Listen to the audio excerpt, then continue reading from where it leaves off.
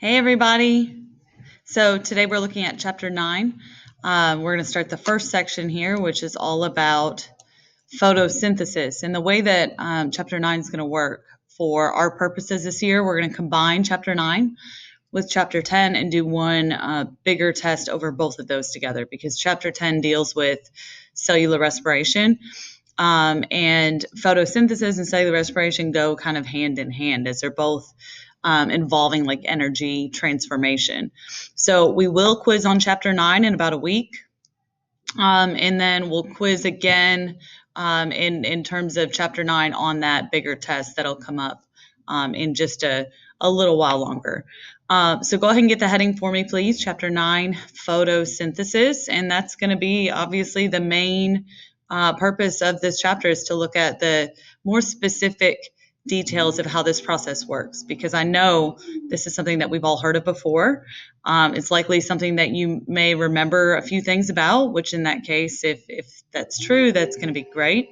But if it's something that you've struggled with in the past, chances are it's going to be a bit of a struggle here too, because we're going to go into more specific details in terms of like actual chemical reactions and steps and locations within organelles and so on. So gets a little bit trickier here than what you've probably seen in the past. So section 9.1 is the section we're looking at for today. This is energy and life. So really where we're starting with 9 and 10 today is just to look at energy molecules, what we call the energy currency inside of a cell. Not so much even photosynthesis yet. That'll come in with the next two sections, sections 9.2 and 9.3. For right now, again, we're just going to focus on kind of what is energy and how do we take food energy that's maybe been produced and convert it into something that's usable within our cells. Okay. So the objectives that tie in here with this first section, there are only two of them. So describe why ATP is useful for cells, describe what happens during the process of photosynthesis, and that, of course, like I mentioned, we're going to come back to here in 9.2 and 9.3. So specifically here in this first section, we're going to look at ATP, which is probably a molecule that you've heard of before. If not, this is what ATP actually looks like. It's down here. So ATP, and I'll highlight that here. Ooh, that was not pretty. So when we look at ATP specifically, here's that ATP molecule. So ATP stands for adenosine triphosphate. No, you don't need to be able to spell that. No, you really don't need to be able to even pronounce it. I'll say it in class if we need to, and then of course we can just say ATP otherwise. So this is one of the most important compounds that cells are going to use to store and release energy. All right. So ATP is like where we're going to store energy. This is what we call a very high energy molecule, meaning we can take food from glucose, create this ATP molecule, and then in turn break ATP down to provide energy needed to do different things in a cell. Okay, so anything that a cell would need energy to do, whether it's a chemical reaction, like activation energy that we need there, or cell transport, active transport, or cell growth, anything like that that requires, kind of a baseline amount of energy is going to require ATP specifically. So all cells use this: prokaryotes, eukaryotes, plants, animals, fungi, protists, everything kind of relies upon ATP. So ATP is there on the left, and I think I may have some labels. Let's see. I don't. So let me go back to that.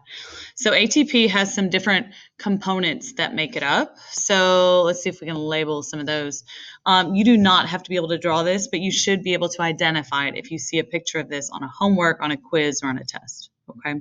So ATP being here on the left side of the screen, it consists of an adenosine molecule and 3 phosphate molecules. So the adenosine component, that piece is going to be over here. This is my adenosine. Okay, and then we have 3 phosphates right here. These are those PO4 with the negative charges that we saw back in the last chapter when we talked about phospholipids and a phosphate head group. It's the exact same molecule. So the P's here that they're labeling as phosphates are the same as the little circles in our phospholipid diagrams right here. Okay, so the phosphates here, there are 3 of them because, again, it's triphosphate. If we compare that to the image there on the right, that molecule there is called adenosine diphosphate. So that's actually ADP. And notice ADP only has two small little phosphates there on the end. So ADP can actually be used also for energy. The catch is that ADP only provides a small amount of energy. So we call ADP a low energy molecule. However, if a cell needs to produce ATP to have a high energy molecule to do those things that we just talked about, we need ADP there present also. Okay, so ADP is still necessary. It's not what a cell would choose to use for energy purposes, but we need it to make the ATP that a cell does need. Okay, so really the only difference between these is that ADP has two phosphates and ATP has three. That's it. Okay, so just kind of keep that in mind. I think the way that they're named is super helpful in this section because, obviously di means two and tri means three. And I think those are prefixes that hopefully everybody's pretty familiar with already. All right, so on this slide, you definitely want to write down the one bullet that's here. Again, you don't have to do the drawings unless, that's something that you feel like would be helpful. So here's that ADP molecule that we talked about. You've got your adenosine, you've got your two phosphates. And ADP, as we said, is kind of like low energy. So the analogy that they're giving you here on this slide is that it's like a partially charged battery. It can provide a little bit of energy for a little while, but eventually it's going to run out, and it's going to run out more quickly than would a fully charged battery, right? So ADP can provide, minimal amounts of energy, and cells can certainly use that. It's not the ideal kind of scenario. So when we go into actually trying to create this high energy ATP, again, what we need to be able to do that is to simply add a third phosphate. And that third phosphate is really what gives ATP all of kind of the energy that it holds. Okay, it's going to be in this third bond that's formed right here when we attach this phosphate here onto the end. All right, and we'll see that here on the next slide. So again, ADP with a D can store small amounts of energy in this form, but ATP is really kind of exactly what a cell would prefer to use if possible. So when a cell needs energy, it's going to get that energy by breaking the bond between the second and the third phosphate. So right here, this bond is going to be broken in half. And if you remember, when we break bonds, that actually releases energy, and it frees up energy that can be used in a cell to do lots of different things. That was something we talked about back in chapter 2. So again, breaking bonds releases energy, but forming bonds requires energy, okay? So we're releasing some energy here when we pull off this phosphate and we send it out. That phosphate doesn't really do anything except it will hang out in the cytoplasm where it can be picked up and reused to be made into more ATP. Now, where all this is happening in a prokaryote where they lack membrane-bound organelles, obviously this would be happening out in the cytoplasm. But in our cells and in all eukaryotes, we're going to use organelles like the chloroplast and the mitochondrion to actually go in and make this ATP molecule that we need, okay? So these things are kind of floating around in the cytoplasm in some types of cells, but in others, the phosphates actually hang out in the chloroplast or inside the mitochondria. All right, so we kind of think of ATP as similar to a fully charged battery. It provides the most energy, and it's exactly what a cell would prefer to use, just like you would probably prefer to use a fully charged battery in something like a remote control than to use a partially charged battery. Okay, let me scoot myself down. So this is kind of our diagram of how we look at transitioning from ADP to ATP and vice versa. So this would be something actually that you may want to jot down. And what I would do, you don't have to include the battery part unless you think that would be helpful, but I would certainly write on one side of your diagram ADP. And again, you don't have to draw the structure. If you want to, if that's helpful, then by all means jot it down. But I would put ADP on one side and ATP on the other. And then I would include these little blue arrows that you're seeing here on this diagram. So we've got this arrow going to that side, this arrow coming to the other side, and then notice you've got these phosphates that are going to be added in and then also released. All right, and then the last component I would make sure you've got is this piece down here about energy being released. All right, so we could even add the word released here if we wanted. And then here would be energy absorbed or added. All right, and you could certainly add that as well. So again, what this is telling us is that it requires some energy to go from ADP here on the left to make ATP here on the right. It requires energy to form that bond between the second and the third phosphate to go from ADP to ATP. Now, when we take ATP and we need to use it in the cell for something, remember, if we break off, it's this third little phosphate down here that's going to get kicked off. When that occurs, that releases a large amount of energy that we can then use to power lots of different processes in cells. So again, that could be active transport, could be cell division and DNA copying, could be protein production, could be all sorts of really kind of diverse things, okay? So this diagram is going to be pretty important, I think. You may see it appearing again on a quiz or on a test at some point, all right? So make sure you get that down.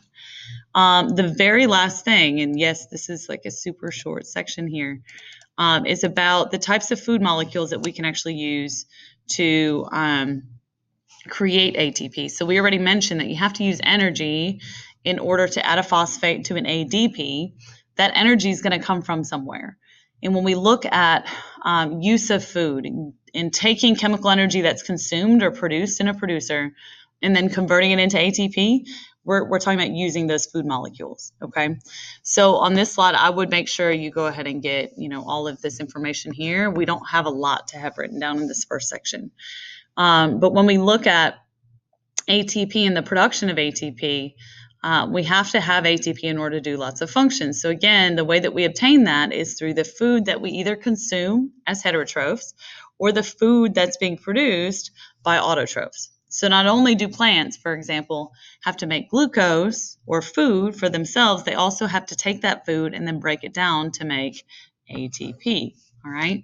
So when we make ATP, different types of food we know can provide different amounts of energy.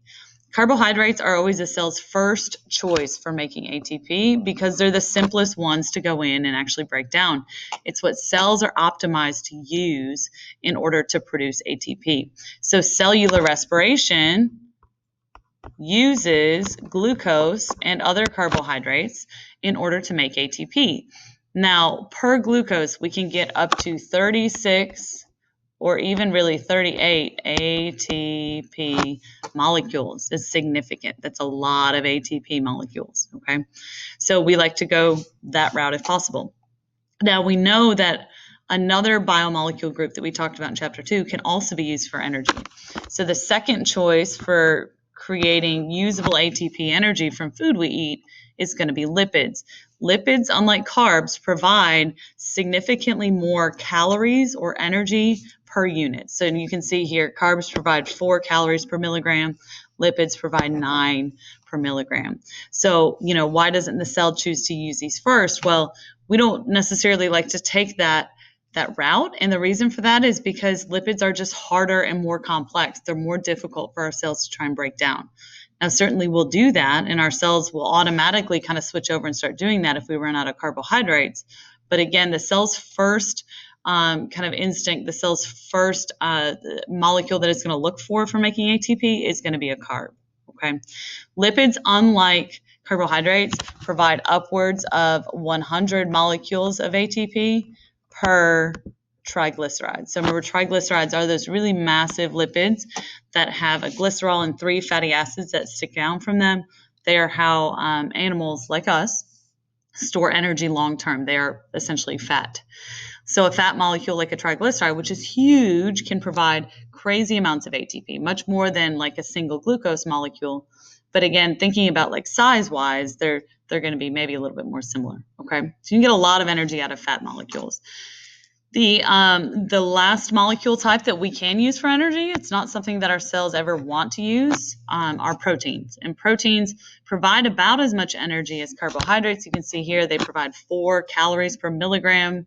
It would be equivalent to, burning off a glucose in terms of how much ATP we can get out of this. But the catch with proteins, remember, proteins do all sorts of different things for our cells. And so when we think about use of proteins for energy production, it's not always the safest route maybe to take because we run the risk of breaking down proteins that really serve essential roles in our cells, meaning they help fight off infections as antibodies, and They help as enzymes to catalyze chemical reactions, and they help to move molecules like water through the cell membrane that can't cross on their own. So if we think about, taking those proteins and breaking them down to use them strictly for energy, well, we lose the functions that those proteins are normally responsible for doing. And that can be kind of dangerous. So usually, in most individuals, most healthy individuals, we don't ever break down proteins for energy. The only time that's going to happen is if you completely run out of carbs and lipids. And if you think about what that must mean, you're not consuming anything, right? I mean, if you don't have any carbs, you're probably not consuming much food. If you're on, the low carb, no carb diet, then you're certainly going to still consume food, and you're going to consume more proteins and lipids. So you've got lipids there available with that.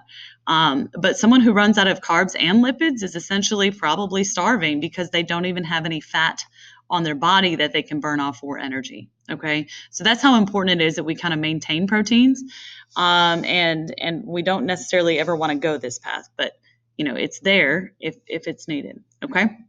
So that's all I have for section 9.1. There is a video I'm going to ask you to watch also that goes along with this, and then you've got an assignment. So if you have any questions, of course, let me know. Otherwise, I will see you back here next time for 9.2 and 9.3. Bye, guys.